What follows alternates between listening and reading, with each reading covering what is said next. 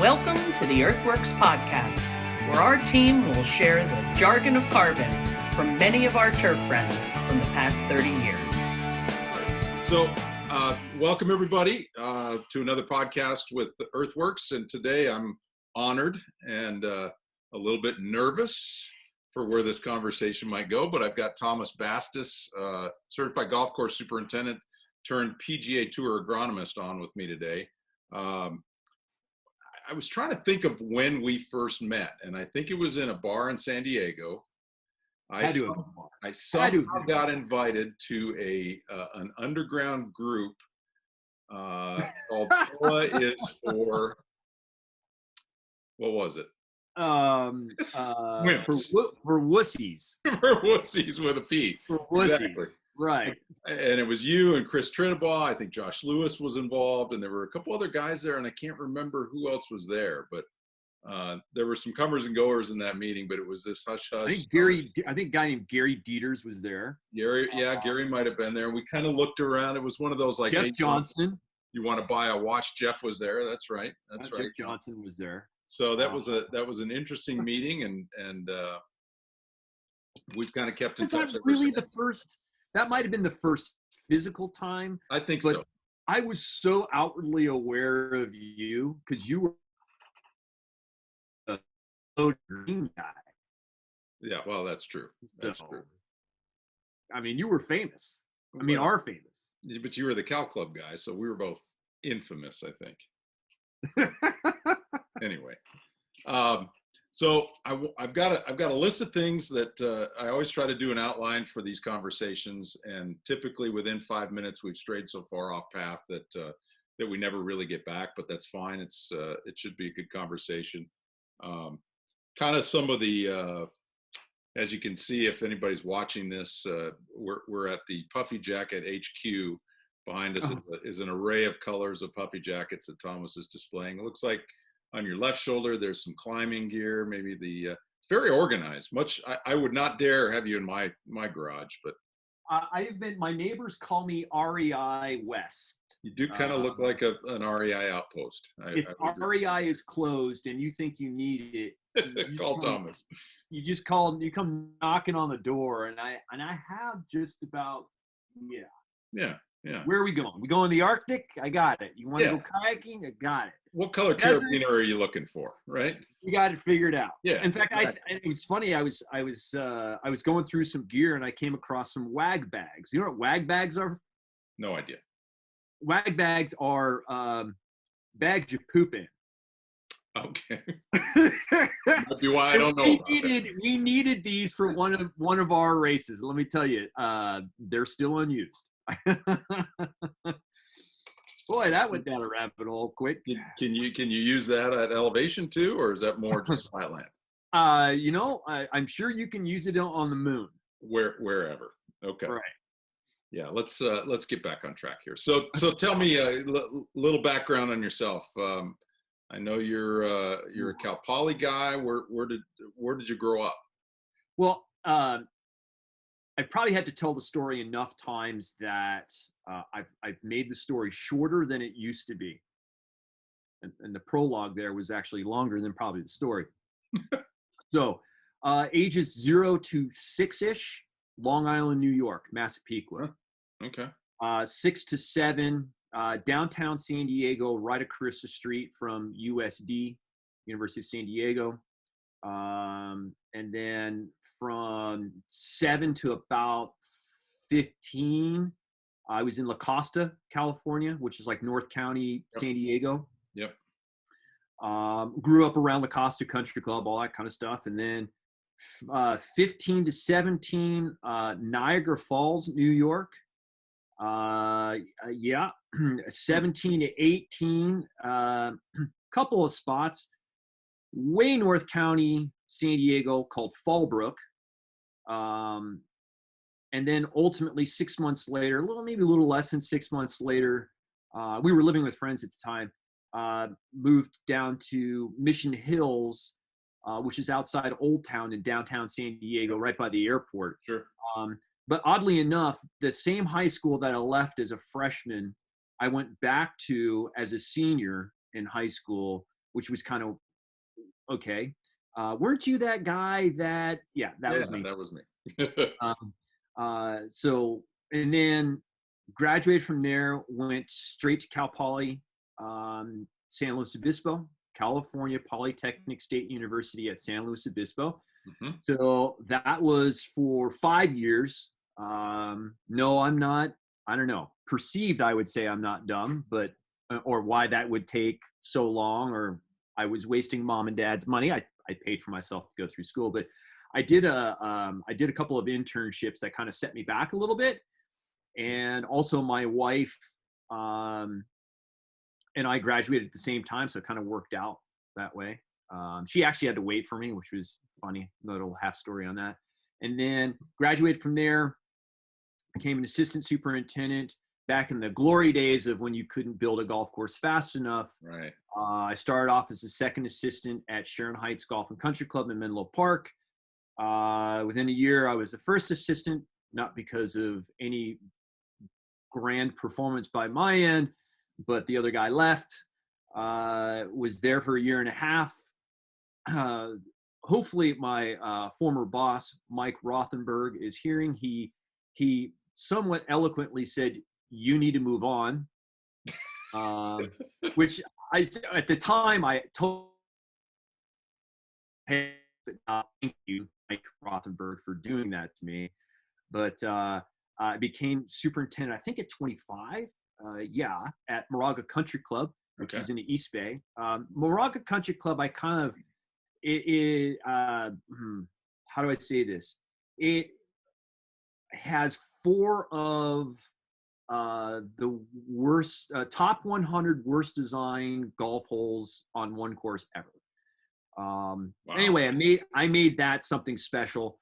I don't know how you could, but I lovingly refer to it as Moraga University, because that's where I learned how to break everything, put it back together, perfect the craft, all those types of things in a golf course that, I don't know, really needed it.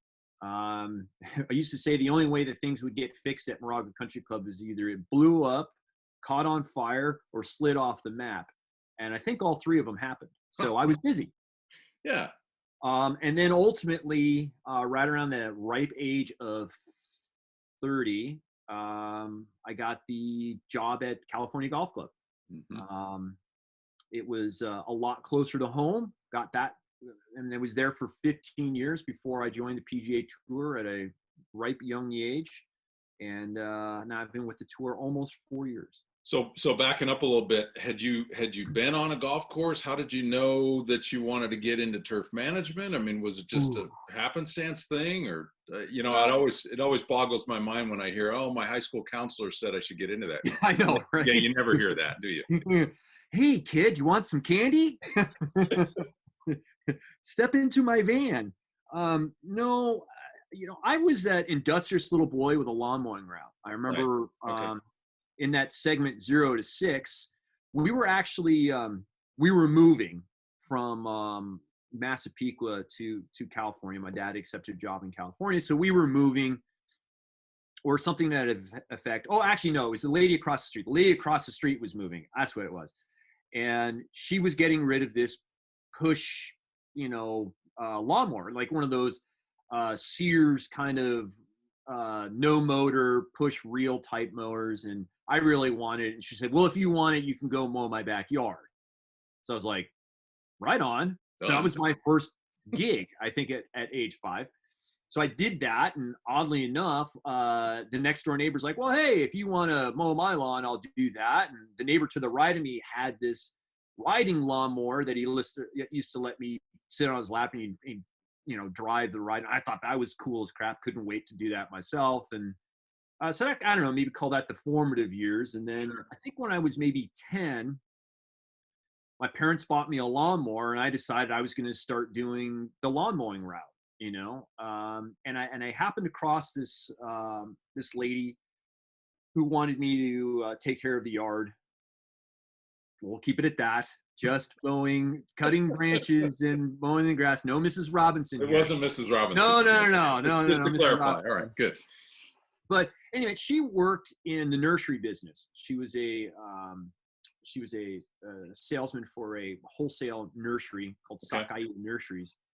And she started teaching me about plants. You know, I think my first plant that I learned was Ficus benjamina, you know, and from there, kind of, I just kept taking care of her yard, and she ultimately opened up her own nursery, and I would sell plants and poinsettias and stuff, because who could resist a kid selling plants? And she always really appreciated the hustle, I guess. I was always very into that. And then ultimately, when I left California and came back, she offered me a job at her nursery, which was selling interior and exterior palm trees to landscapers. And about midway through, kind of like my senior year, she's like, what are you going to do, like, for college? And I was like, I don't know. I was maybe going to do hotel and restaurant management or something like that. And she goes, you know, you can get a degree in this. And I was like, a degree in what? She says, well, horticulture. I'm like, what's horticulture? Right. She goes, well, it's plants, idiot. And so I was like, the freaking light bulb went off, you know, all the whining. I mean, I'll tell you, in high school, my parents said, if you want to continue driving the car, you need to get a 3.0. And let me tell you, that is exactly what I got. I got a 3.0. More, not less. An A in English, C in math, B's across the board, done. Yeah.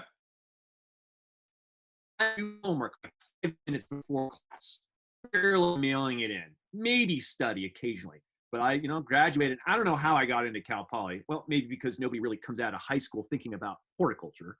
But so I get in, and we're off to the races. So, and funny story enough, my wife will kill me for telling this, but so my wife, on the other end, I met my wife in high school. I was a senior, she was a junior, and she's in the other room. She's probably going to listen to this story. But the funny part is Mr. I'll send it to her. I know, thanks. Mr. 3.0 gets in, and she is like, I don't know, she was like 10th in her class. She'd come home on Fridays and do her homework. Yeah.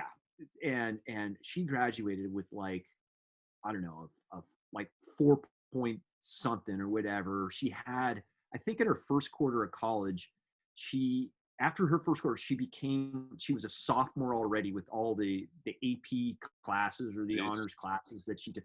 She's Mrs. Smarty Pants. Well, she applies to Cal Poly and doesn't get in. And I get in. And I realistically, what happens is that nobody wanted to go to horticulture. So it wasn't like an impacted or competitive major, you know? And well, she went in for business. Well, everyone in the world wanted to go in for business. Yeah. And she unfortunately was missing an art class because we both went to a Catholic high school, and she went for 4 years. I only went for 2. And she didn't get the art class because she had to take religion, and they didn't count religion. So she ended up having to go to like a junior college to get an art class. One art class. Oh. You know, and then ultimately she got in, but it was just kind of funny. I never want to rub it in her face, but you know, there's opportunities that present themselves. Right? True student here. And I graduated with a higher GPA in college because I finally was doing what I wanted to do. That's right. And there's a lot of merit to that and a lot of truth. Yeah. I was the same way, just scrape by, and then light bulb comes on and you're off to the races. But it wasn't turf that I was originally interested in. I mean, I think my first internship, I worked for a company, a polymer company, you know, like those plastic crystals that expand and absorb water that they're using. They're actually using some of that technology for fighting fires and suppressing fires on roofs and stuff. So anyway, I went to work for them for my freshman year. I don't know what I was thinking. Didn't work out well. I didn't like it really. And then I kind of got into maintenance a little bit more, wanted to get into hotel resort theme park maintenance. So I did an internship at Disney World at Epcot, worked, and that was amazing. That was super cool. I mean, the hours sucked. But you know, we would go in, I remember some of the annual bed changes that we would do. You'd go in at 11 o'clock at night, and you would get off at like 7:30 or 8 o'clock, because the way Disney worked is that if you're a guest and you're cruising through the park, do you want to hear some guy with a lawnmower or a backpack blower blowing around like, hey, I've got to get my job done, while they're playing It's a Small World? Or there's a magic behind it. There's a presentation. You know, we were all cast members. All the crazy stuff is done behind the, you know, backstage, another coined term there.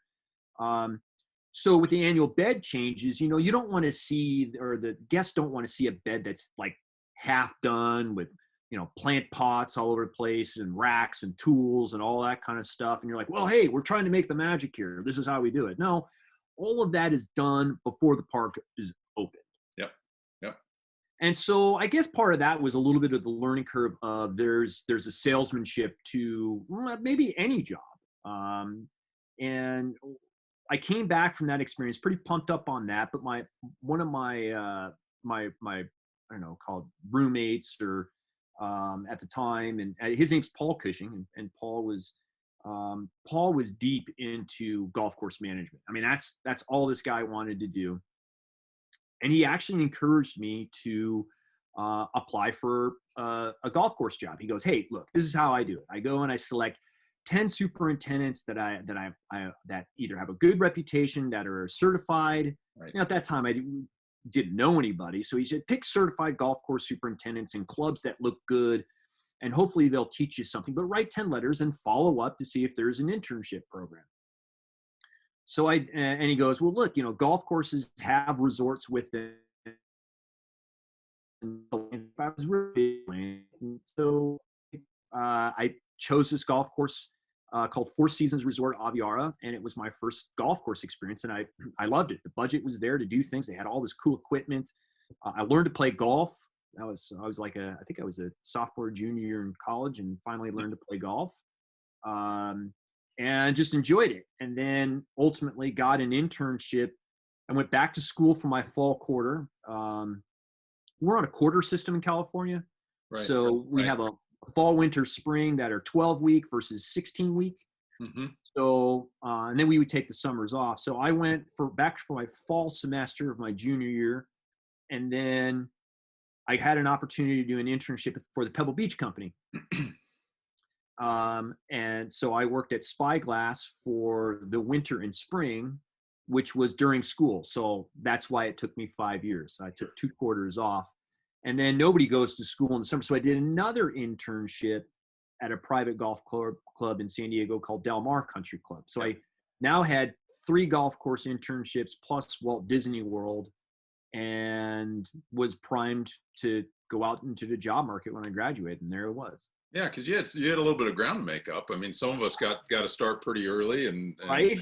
And it's just a different way of getting there, I guess. And you met another. So that was the expanded version of where did you come from? All our conversations, I didn't know the Disney story, but it's similar to what I dealt with at Coeur d'Alene. We split crews every day of the year so that the guests never were interfered with in any meaningful way. We were done mowing in the morning and resume mowing in the evening. So it was I think it was a little bit of that Disney sort of influence that got. It's the show.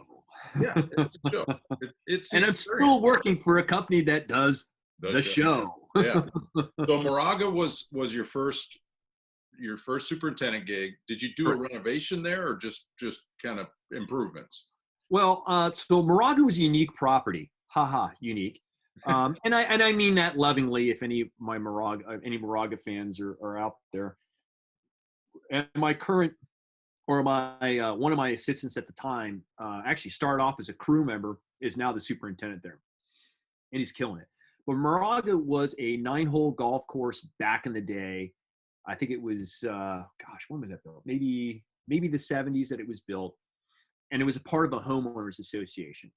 And then somewhere around 1992, they decided to lease land from the town of Moraga, build 10 holes, and further expand on the community. So ultimately, the golf course is 18 holes, country club with 530 homes. And with my landscaping background, I both did the golf course and the homeowners association. Okay. And where the homeowners association, your dues would support the golf course, as well as all the medians, roads, all that kind of fun stuff, as well as your front yard, and the maintenance and, that sort of deal. So, so that was Moraga. And then Cal Club, after that, how Yeah. soon after you arrived did you do the big renovation? So I arrived in 2003 Okay. and 2007. But it was on the books, I assume, by that point of your arrival. No, when I went for that job, I was actually following a former classmate of mine, Roger Robarge, and Roger moved on to the Valley Club in Montecito. Mm-hmm. A very nice spot. Yes. For a lot of different reasons. Yeah. Mackenzie, Santa Barbara. I mean, you can't get better weather, and Right. just a wicked golf course. And Roger's just an amazing grass grower as well. So I picked Roger's brain big time. Like, little tip: if you want somebody's job after they left, call them. Not a bad idea. Get some information. Yeah. So I must have picked Roger's brain for about 2 hours and literally said, I'm going to get this job. So ultimately did get that job. And during the interview, they had expressed they had some issues with a nematode, that there was really no known kind of cure for it or response for it. And a lot of the courses between Pebble Beach, ourselves, 30 clubs, they all pay a couple $1,000s a year to have independent research, testing products to try to Right. figure out what we could do to take care of this nematode. And the one product that they had, Nemacure, had a use restriction of like maybe twice a year. And there was just no way that twice a year was going to work for us. Yep. Anything that you did to improve the putting surface between verticutting, sand top dressing, aerifying, all those things would really piss off this nematode because it lived in the crown. Mm-hmm. So with that in mind, it took a couple of years to kind of build enough momentum and Nemacure was going to come off the market. Right. Yeah, it was about that time, wasn't it? Yeah. So, and it's just a nasty product in general to use. Whoever manufactures it, if you're watching this, I'm sorry, but it's an organophosphate. Yeah. There's a reason why that stuff's kind of moving away. Right. So with that in mind, we just made a pitch that, if we change the plant type going from POA to bent grass, that we'll put ourselves in a situation where that won't become a reoccurring problem. So that was really kind of the impetus behind the renovation. And then as most things go, if you're in construction, while we're at it, just happens to be the most expensive work of any. Arms start waving and all of a sudden the dollar signs start going up. Yeah. Making it rain. Exactly. Well, that was it still is a renowned renovation, and obviously, I've talked to you a lot about it, and I want to get to the meat of the conversation, but that's probably a whole conversation in itself as far as what went on there, and we've talked at length about it, and it's really interesting, but I'll bet you've talked with other guys about that as well. So I don't know, it's like sharing war stories. Yeah, exactly. And maybe fortunately with this one we won. Right. But I think at the time that you're going through, you don't know if you are or not going to win. You just show up the next day and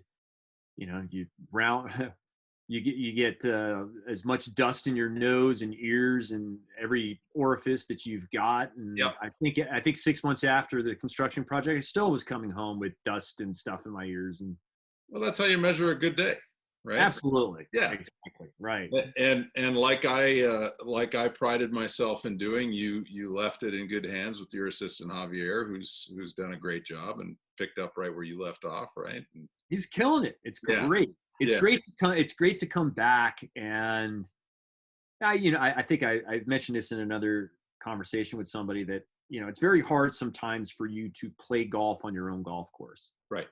And even to have, put the amount of work into that golf course, what was really nice is that the membership after I left made me an honorary member, which was really, really, really cool. And they didn't have to do it. And so now I can go back there and play it like a member and not have to worry about taking notes and that kind of thing. Don't worry, Javier still gets a notepad full of stuff, but that's because he asked me from a member though this time. But there's no I have to make a list. Yeah, so. yeah. Well, that's kind of what you do in your gig now. Yeah. That's what you do. If you're in the business, you make lists like this. Yes, so. yes. And I don't know if you can say the same thing, but I played a friend's course recently, and he met me on the 10th tee, and he said, "Okay, so what are you seeing?" And I said, you know what? I'm just out here having a great day, just having a good time, and it's amazing as you step into a different role. Absolutely. How much more enjoyable the game has gotten because it's a different pressure. Well, I can turn it on and off. Let's just say that. I mean, I agree. You want me to turn it on? I have yet to go back and play Coeur d'Alene, so I would imagine that one will be a little bit different. And I'm supposed to play in a fall meeting. I'm supposed to play Hillcrest in Boise, which will be the first time I played there since forever. And you've got a little familiarity with that, right? Oh, absolutely. But I want to hear you say Boise again. Boise. Say it right. That's the correct way to say it. I learned that. I continue to learn. Yeah. I learned that while I was there. Okay, so we're fast forwarding through Cal Club because that's a whole conversation. So the opportunity to join the agronomist team for the PGA Tour comes up. You go through the deal and you end up accepting that position. What was the decision-making process, number one, and then compare, those memes where it's what my wife thinks I do versus what I really do. So what was the decision-making process, and what did you think you were getting into, and what have you gotten into? Well, let's start off with what my wife thinks I do. Or maybe I'm going to include everybody in this, but I think what our wives think we do. Right. And I think what they think is we're in a golf business. Yeah. How hard could that be? Right. You go to a golf course you go and play all day. While I've been at home doing, you know what I mean? We're going to move on from that because I guess she's in the. You keep looking over your shoulder like she's going to come in with a baseball bat or something. Get thrown at me. So, but married 25 years, which is good. Awesome. Good. So, with that in mind, what was the question again? So, what did you hope it was going to be, and what has it been? Okay, so, well, initially I wasn't going to take the job. There was a lot of unknowns. I'll give you one of the big one for me. I didn't watch golf. Huh. I mean, okay, maybe I would watch the Masters. Maybe I'd watch U.S. Open. That's kind of. So I really felt like I was at a disadvantage for. I didn't know any players. I really didn't know any rules officials. None of those types of things. Call it I was the bad unicorn, the black unicorn to a certain degree. That look at a lot of our agronomists that are on the team right now. They had all hosted events. In fact, that's how they were somewhat picked, is that they had hosted events. Now, I'd volunteered. I volunteered for the President's Cup at Harding Park and a couple of other things over at Harding Park, the Charles Schwab up in Sonoma, just to help superintendents out, not for any other reason other than that. And that's where I met my current boss, Paul Vermillion. Right. Was at Harding Park. But so I didn't really know much about what I was getting into. But in some respects, when you look at it as a superintendent, sometimes that clean slate candidate is the right one, right? Because he doesn't have any bad habits. Maybe I can be trained. Right. I can be trained. So, so call that maybe a disadvantage on my end, but I just thought of how new and exciting it was going to be to just start learning again. Sure. And not to say that, hey, look, I was at Cal Club for 15 years. And, you get into routines and that kind of stuff. And I think it was just at a ripe time to try something new. Yep.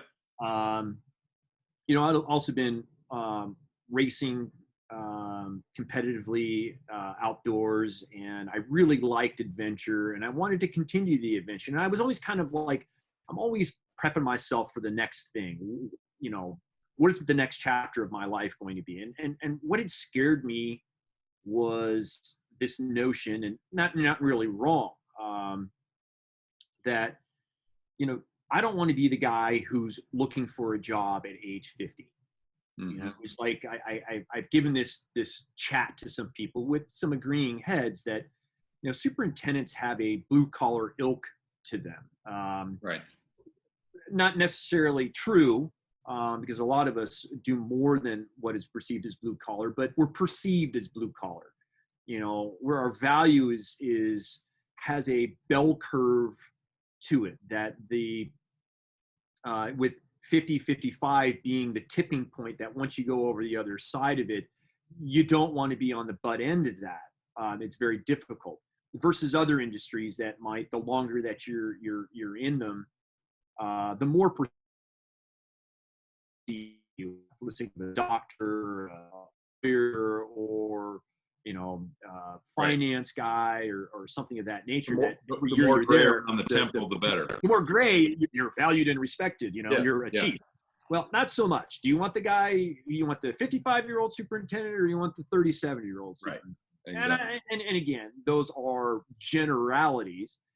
And so even prior to that, I would immerse myself in those things that would delay that. Becoming a certified golf course superintendent, certified arborist, getting into drones, speaking, expanding my network. Those were all designed so that would give me, introspectively, insurance. Yep. If I got bounced out of the turf industry, could I go into working in the tree business? Could I go into the drone business? Could I know enough to do? So those were all sort of situations. And when the PGA Tour came around, you kind of look at what we do, and would you, from the outside in, without necessarily knowing what we do, would you, if hosting an event, want to have the guy who's done 25 events or 250 events? Right. I think I was able with this position to change, my outlook of how my perceived value is in the last half of my professional career. Mm-hmm. So call that just trying to get out in front of it, trying to control my own destiny. That's the other kind of negative sometimes with our business, is that our destiny is somewhat, I wouldn't say controlled, but can be impacted by changing events. I mean, I think all of that, but right. people, let's just, the boards of country clubs and that kind of stuff have a profound impact on what you do. God forbid. A lot of which you have very little control over. Exactly. You could be the best grass grower in the world. Yeah. But because you ran off, Johnny at age 15 from skidding on the green, and he happens to be your next greens committee chairman because you've been there so long, and well, not much you can do about that one. Always had it in for stuff.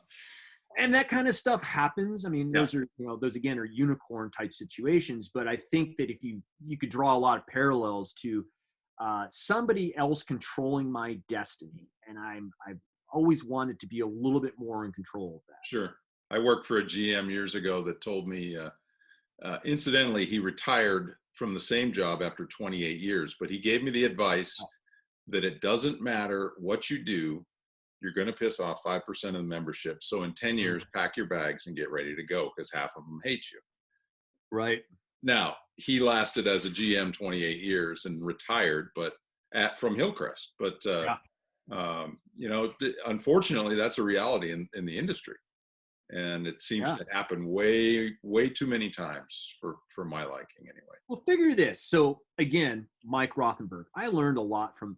I try to learn a lot from everyone I meet, and especially those that I work with and for. Sure. Mike, when I was hired, told me this story about the private club sector of the golf course business, and he goes, "Bastis, look." He goes, the private club sector is a gradual erosion of confidence. That's pretty good. Okay. So he goes, your first 1 to 3 years, that's called the honeymoon period. Right.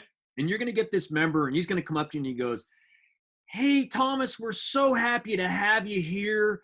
That last guy was an SOB, and we've got these trees behind the 18th green that we've been trying to take out, and he never did it. And well, you're the guy, and we're so happy you're here. Let me know if you want to take a look at those trees at any point in time, and it'll be great. Love to see those things gone." All right.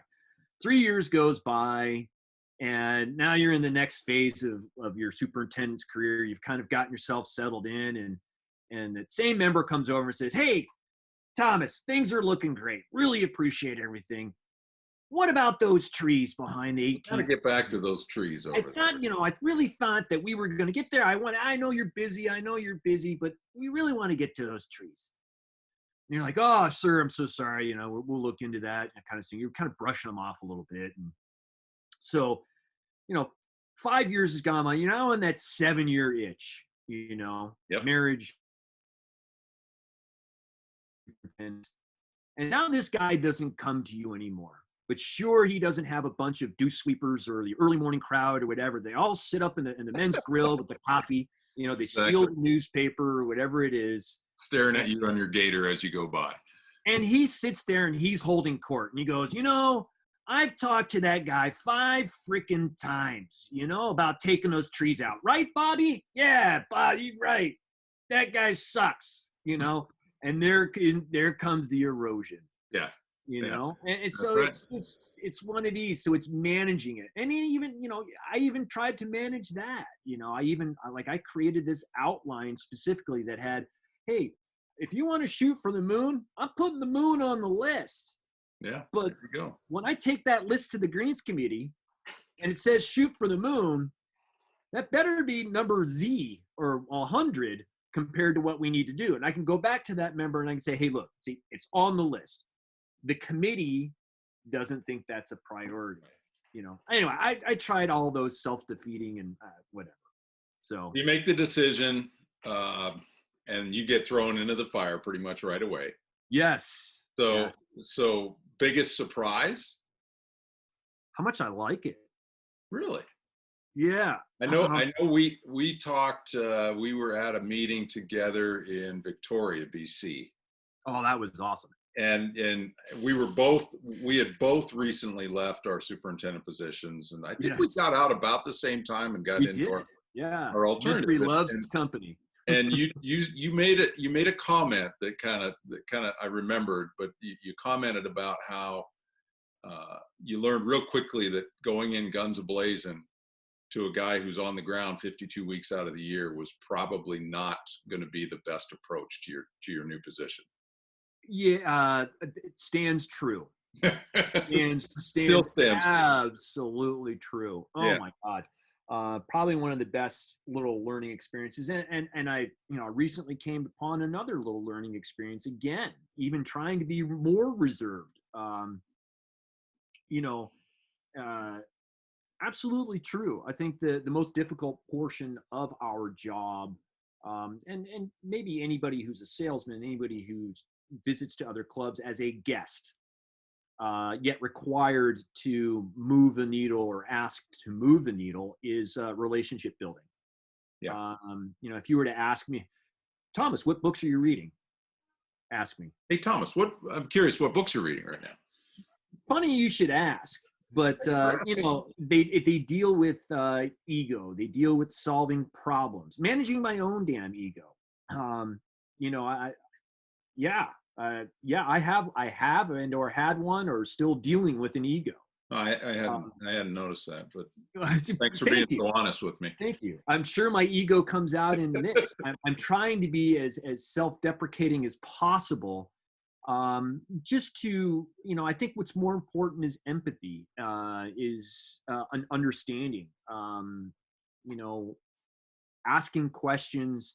I think this last time I actually asked too many questions that he thought that I was investigative versus Right, I right. just want to know. Yeah. So I think I went too far this way and got blamed for the same thing. So, but a lot of things on how I can get somebody to do something or help them without them knowing it. I took the master, signed up for that. You ever seen a thing on, it's advertised master class, learn how to skate like Tony Hawk and, learn how to cook like, sure. whatever. I haven't done any of the cooking ones. That's the ones my wife wants me to learn. Right. So I took this one, negotiations with this FBI negotiator. Really? And oh yeah, it's so hilarious.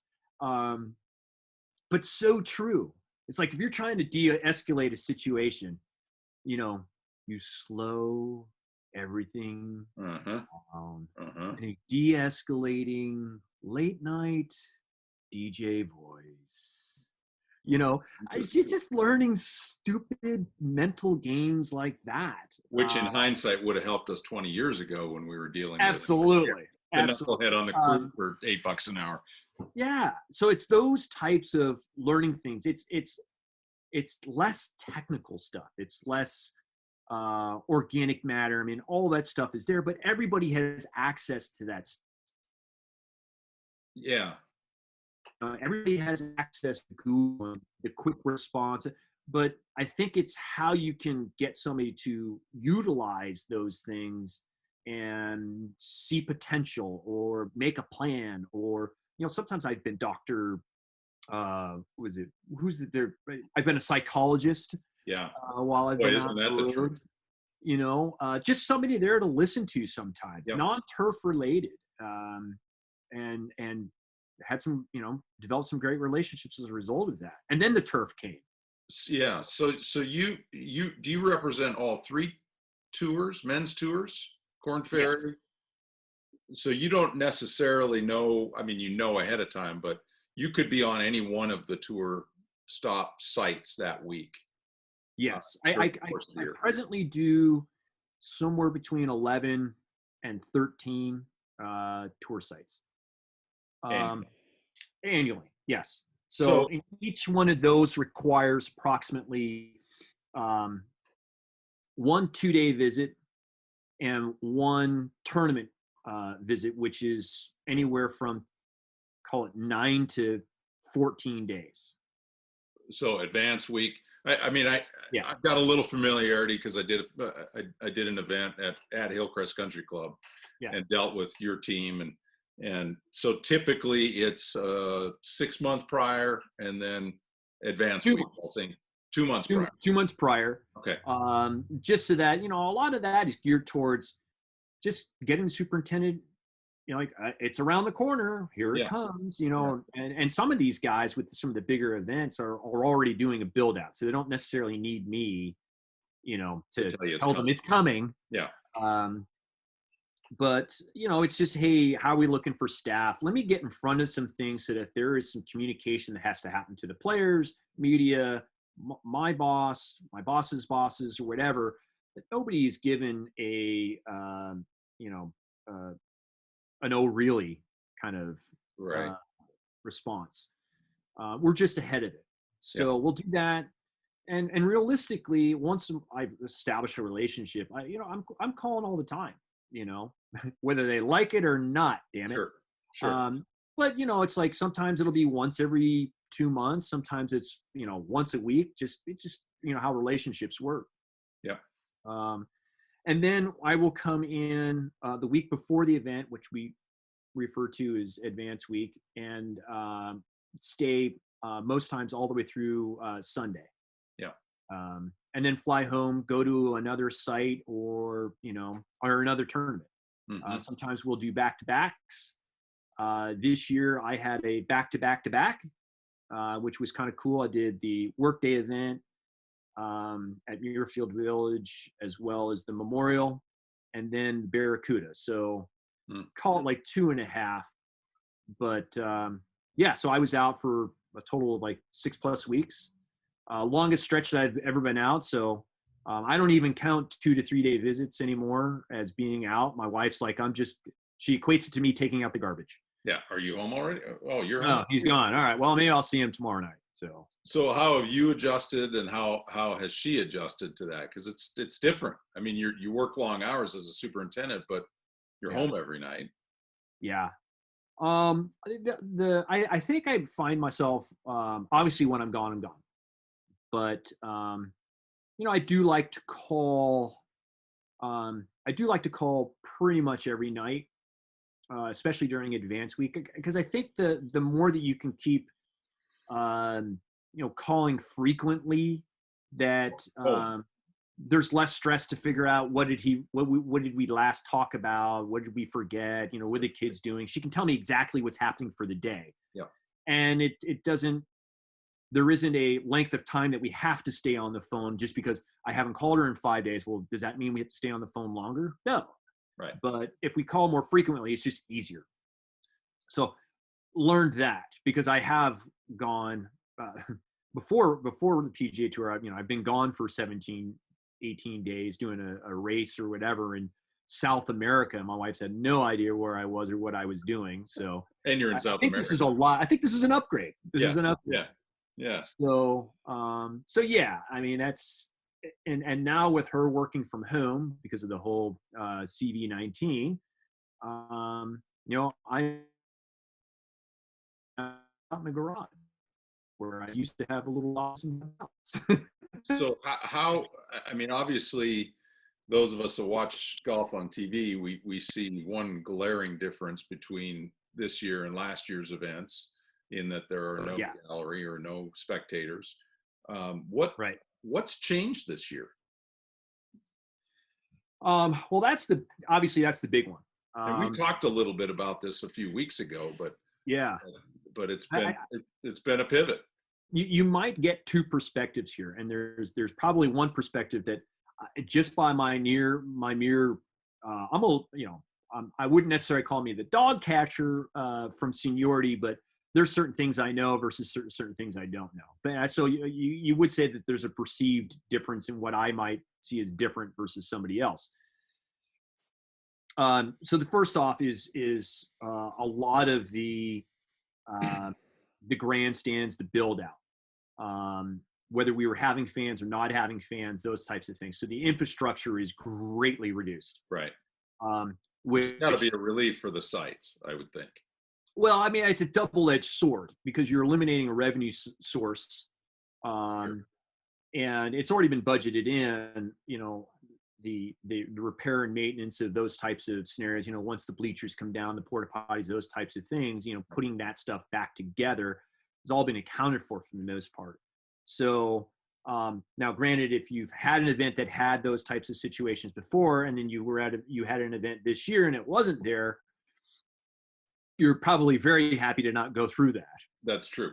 I don't know.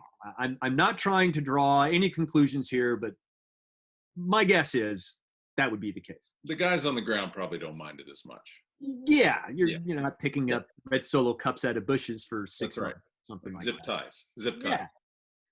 Yeah. I think that there is a greater importance now on digital media content. So there might be an extra coax cable running along the gallery line or something like that, or more cameras to capture, but that could be perceived as, well, because, TV is a little bit more important, or at the same time that it's a strategy content, live streaming kind of difference, which is always changing. 2 years ago, we were not taking as much statistics on every hole. Now every shot, every ball placement, everything is being recorded. So that in itself is different. Being able to go and drive around the golf course, if you were a rules official, to make a ruling, you don't have to fight with the crowds, is a change. I can remember kind of a funny one was 18th hole at Muirfield Village, and Colin Morikawa makes like a 30-foot putt, on the 18th green, and then Justin Thomas has got to make it to force a playoff, and he's 50 feet out, and he makes it, and he was the only one that you heard cheer, and it was an unbelievable putt, To be able to hear the player cheer. Yeah, so I think that the players, while in some instances are relieved that there isn't crowds, they're also disappointed, because I think that there's some players that play off of momentum. Yeah, for sure. And fans and those types of things. It's an adrenaline that they're not getting anymore. Especially the ones that have been on the tour for a while. I would imagine that's a big factor in how they play on the weekends. Absolutely. It's sometimes the gravity of a tournament and how important it is how big the build out is. I mean, you take a look at the 16th hole at TPC Scottsdale. Right. The whole thing is surrounded by a tent. The enormity of it, that that's a memory maker. It's got to be. Right. I think I would be, have to change my shorts after, something like that, Right. So I don't know. I'm not necessarily thinking that you're seeing a difference in the playing quality. I think the players are they're just impressive whether there's noise or there's not noise. Yeah. I don't think they got better as a result of there not being fans. How long is this? This may not be an easily answered question. How long is this model sustainable? Well, you think about it for any of the sports, right? Any of the pro sports. Optimism. Sorry, you broke up there. What was that? Yeah. I think that I have a lot of optimism for golf, just in general. Right. And if you want to get more specific, granted, I don't have a lot of specifics, again, because low man on totem pole at PGA Tour. I think that we're in a better position to control a lot more factors, individual factors.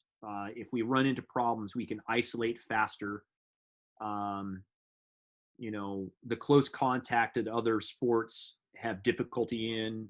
If you're playing football, I mean, you make contact. Yeah, that's the game. You sweat and it's on the field. You drip sweat on another player when you tackle him. I mean, there's all sorts of stuff. Not in golf. Right. Oddly enough, not in golf. Yeah. So, and then just the outdoor environment of it. If golf wasn't put on television and that wasn't a premium, I think we'd be in a little bit more trouble. But I find ourselves in good position based on the sport and the fact that it happens outside and how separated everybody is just in general. Yeah, you look at the minor league baseball leagues and how they've shuttered everything, and because they don't traditionally have TV coverage, so right. You wonder how that's going to affect that game long term. And yeah. So I asked this question, and this is it's not quite a wrap up question, but since we're here, I don't know that I've talked to any golf course superintendent this summer that hasn't reported a dramatic increase in rounds. Yeah. And or revenue or a big shot in the arm with respect to memberships. Yeah. Across the board, it's been to the point where some guys are really having a tough time keeping up with the number of rounds they're pushing through their facilities. Right. So here's the question I ask everyone, and I'll wait for your answer. With the windfall, if you will, that we've seen this summer, and obviously there's some ancillary revenues that have gone by the wayside, events, outside events, but those pure golf facilities that have really seen a windfall in their rounds and revenues, is golf smart enough to capture that and be able to capitalize on it? That's the reaction I get a lot. Well, I think the reason why I think the reason why you get that response is because the way that it's phrased, if we're analyzing the way that it's phrased, Talk slowly. if you say no to that, the potential extension is that everybody who's a golfer is stupid. And so we want to be very careful how we. Is the industry of golf wise enough to capitalize on the opportunity that's been put in front of it? I don't think that you have to. I don't think you have to use golf as that. Is any industry that sees a rapid growth in anything prepared to deal with it at all? Right. And then you go to an individual site, and no, because they don't want to. They don't. It's kind of like, do you question anything if your stock portfolio continues to go up day after day after day after day after day? No, don't change a thing, right? I think what's the challenge is what people do with it. You know, for as many rounds as are being pumped up. Hey, have you increased the cost of the round, the greens fee? Mm-hmm. You know, have you transferred any of that money that you have gotten as a result of all of this to the maintenance department, because maybe things are wearing out a little bit more? Right. Are do you we looking have differently at how many eggs you put in the basket of weddings and Sure. outside events and things that just haven't happened for the most part? Yeah, I think some clubs have, unfortunately, not that you shouldn't from a predictive model, but Sure. do they rely on outside events to artificially keep something cheaper for their members? Yeah. You know, those types of things. Are you taking this money as an opportunity to put in capital reserves? You know, there's so many questions on how that somebody can be smart. Here's another one. The one that I get frustrated with is that, because we've changed something out on a golf course, like no rakes, people are not fixing stuff, but they're like walking up bunker faces. I thought it was a great little Twitter picture when somebody like circled the steps in paint, literally in paint wrote, "Don't do this, idiot." Right. Stuff like that is a collateral damage as a result of all this, that maybe people that are playing this game don't know the etiquette of it. Yeah. And are you putting up posters say, "Hey guys, no rakes, don't do this"? Or is there a stake that says walk in and out here for a bunker or something like that? I don't know. I think that I think in some instances there's not even enough time to think about that stuff. Right. Because there's tee times coming at you. Yeah. So are we smart enough? God, I'd love to give ourselves credit for things, but I unfortunately think that you have to almost tailor programs for people that are not smart enough. Yeah. Well, we've traditionally been a pretty reactive industry, and this would be a good time to be proactive and try to figure out, okay, if you gain 20 members, how are we going to retain those 20 members? It's funny you said something like that. So I picked up my latest book. I don't know. It's probably going to come up backwards. Upstream. But it's called Upstream. And he poses it to you. He poses it to you this way. Say you and I, we're sitting there fishing on the Snake River. Sound good? All right. So you and I were fishing on the Snake River, and we see this kid who's drowning. And he's coming down, and he's like, son of a bitch. We drop our poles. We both go in, and we save the kid. As soon as we get back to shore, sure enough, here comes another kid. So you jump in this time, and then as soon as you jump in, I see another kid. And then I jump in, and we come back to shore, and then another kid goes in, and you jump back in, and I sit there on the shore, and I go the opposite direction. You go, hey, where are you going? And I tell you, well, I'm going upstream to go get the guy who's throwing the kids in. It's one of those things that, as superintendents, exactly right. We see the problem in front of us, and we want to get to that problem. We fix it, we have to be able to work ahead of that and to see where the problem is to prevent those types of problems. And I really think that that's a little bit of what my PGA Tour job is getting in front of things. If I can, continue to get better. So yes, another book I'm reading. Well, that's good. That's good. All right, I didn't get to half my questions, but I'm going to wrap it up so that I can get you out and doing whatever you need to do. But this question gets asked of me a lot. Okay. What do you miss the most about not being a golf course superintendent? Oh, all right. So I've been asked it as well. I think I miss projects. Mm-hmm. I miss,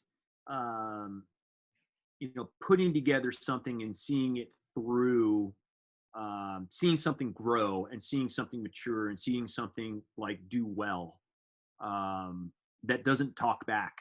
Right. Yeah. And those are really cool. Those types of things. The process. Yeah. The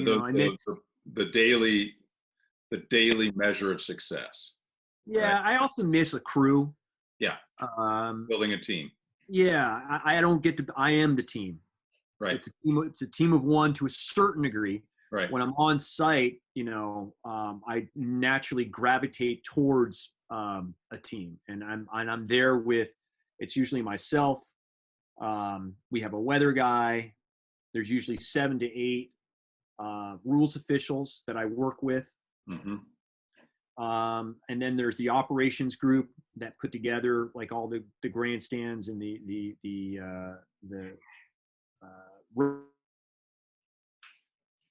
all those types of things.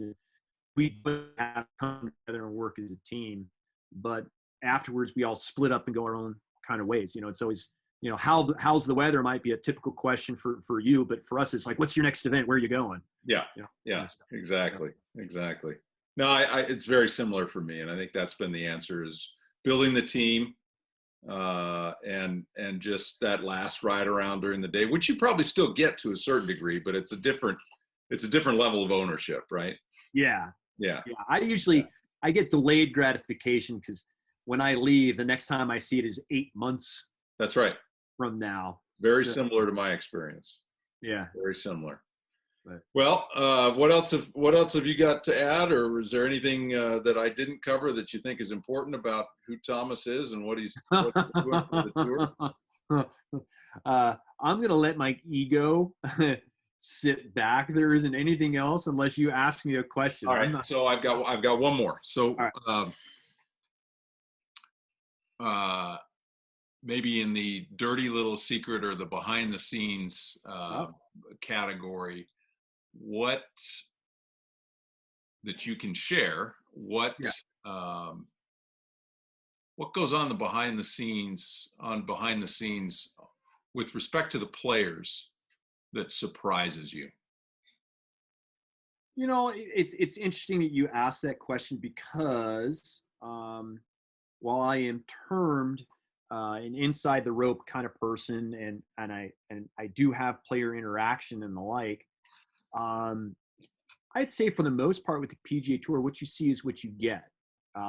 If there's any secrecy behind anything, it's probably more along the lines of the timing of when information comes out, like a tournament announcement, a place that we're playing. And those are done because we're, sometimes not everything is signed, like we could have, I always say that the tour is like a Trivial Pursuit piece where agronomy is the green, triangle, and, brown might be, I don't know. And, yellow is media. And then you got the rules officials are blue, or all those types of things. And you could be missing one triangle, and it is as close to done as possible. And somebody gets a hold of that and says that we're going to do it. Right. And they put it in the newspaper, and then that piece never falls in. So, sometimes there's a reason why we're controlling it. We're not trying to control it just because we like to be secretive, but we're just controlling it because It's not done. That's not finished yet. The ink isn't dry. It's just not done. Yeah. And when it comes to players, I mean, it's much like anybody. You know, these guys are much like you or I. I mean, there's certain things that, you know, they would want the public to know, and there's certain things that they don't want the public to know. Yeah. So it's just respect. I mean, it's not a secret. It's just, the secret is just being a respectful person, and you know, it's if somebody, you know, famous comes to your golf course, you don't want to get on your phone and immediately take a picture of that person and ask them for an autograph and tweet that he's at the golf course and all that kind of stuff.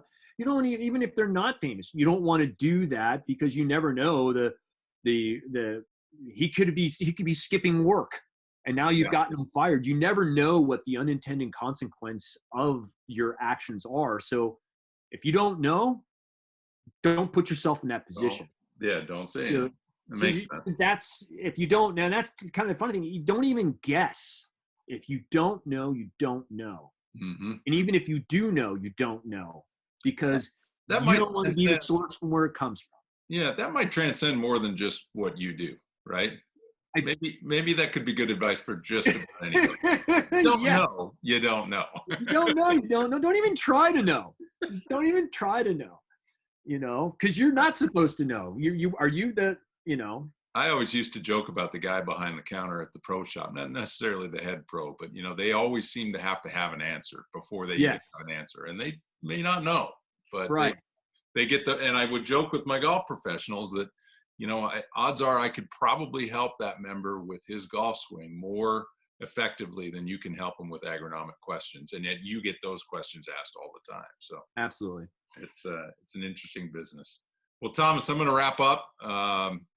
Got a few things to do. I sure appreciate the time. We could have talked like we discussed earlier. We could have talked for another couple of hours, but I don't think we would have held an audience at that point. Absolutely.